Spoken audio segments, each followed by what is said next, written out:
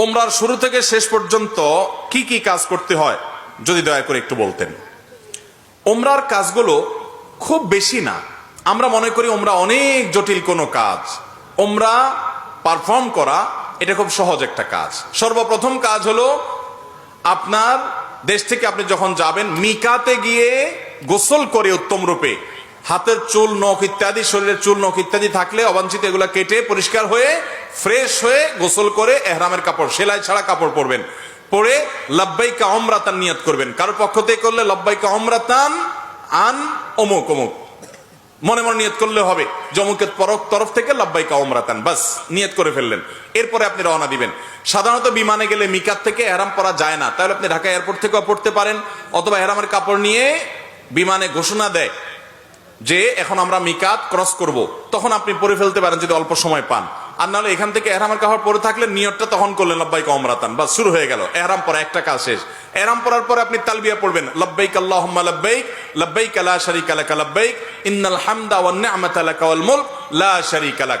এটা পাঠ করতে করতে আপনি পুরো পথে যেতে থাকবেন। পুরুষরা জোরে জোরে পাঠ করবে, মহিলারা আস্তে আস্তে, বাস দুইটা কাজ হয়ে গেল।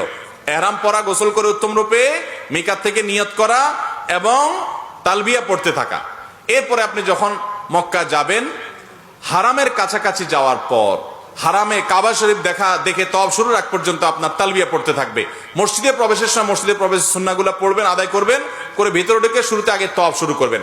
7টা চক্কর দিবেন। কাবাগরের হাজরা আসওয়াদ পাথরকে বাম পাশে রেখে ডান পাশে সবুজ লাইট রেখে বিসমিল্লাহি আল্লাহু আকবার বলে আপনি তওয়াফ শুরু করবেন।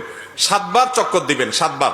এই 7বার চক্করের প্রত্যেক চক্করে আলাদা দোয়া নেই, তবে এই চক্করে দোয়া কবুল হয়। দারুণ দোয়া কবুলের একটা জায়গা। মনে আল্লাহর কাছে যত চাওয়া সেগুলো পেশ করবেন।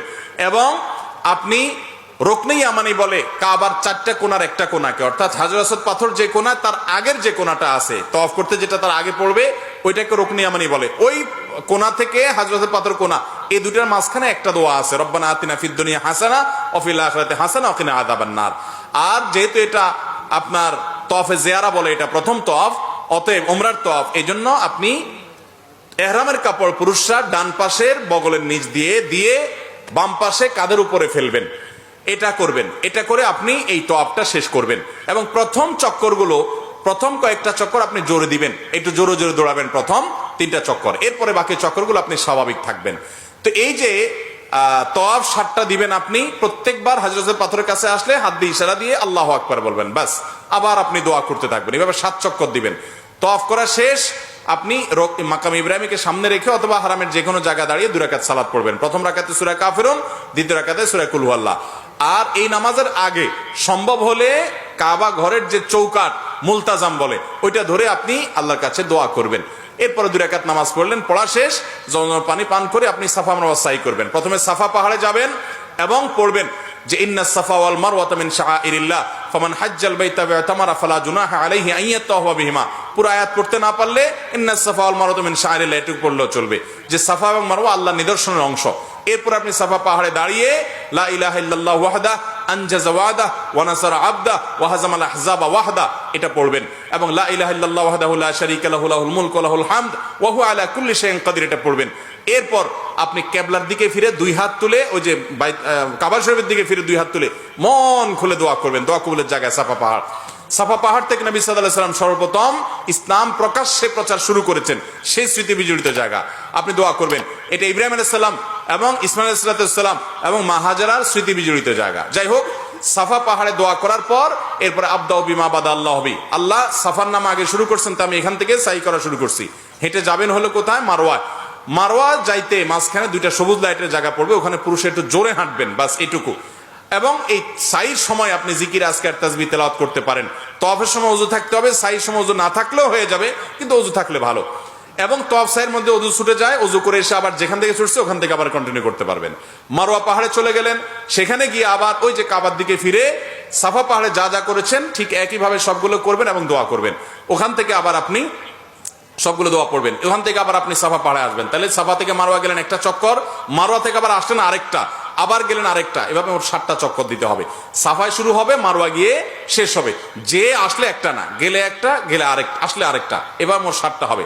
7 চক্কর শেষ, আপনার ওমরা শেষ।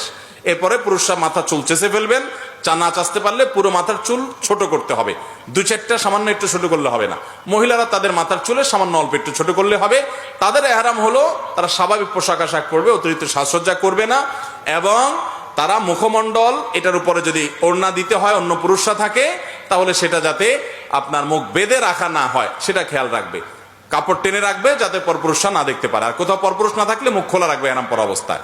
আর এহরাম পরা অবস্থায় পুরুষরা সুগন্ধি ব্যবহার করবে না, সেলা আলা পোশাক পরবে না, আন্ডারওয়্যার পরবে না, মাথায় টুপি মাথা ঢাকবে না, এই সমস্ত কাজ করবে না। কোনো পশু পাখি এমনকি আপনার মশা টশা ইত্যাদিও মারবে না, যথাসম্ভব তাড়িয়ে দিবে। অর্থাৎ এক কথায় এহরাম পরা অবস্থায় নিষিদ্ধ কাজগুলো সব করবে না। সাফা মারওয়ার সাই শেষ, মাথা মুন্ডানো শেষ, এখন তিনি হালাল হয়ে গেলেন। এখন যেগুলো নিষিদ্ধ ছিল এহরাম অবস্থায় সেগুলো সব এখন যায় সেলাই করা পোশাক পরতে পারেন। তার ওমরা শেষ হয়ে গেল। অত্যন্ত সহজ এবং খুব আপনার অল্প কয়েকটা আমল এর মাধ্যমে ওমরা সম্পন্ন করা যায়। আমরা যারা ওমরা করি নাই, আল্লাহ তাআলা আমাদেরকে জীবনে বারবার ওমরা করার তৌফিক দান করুন।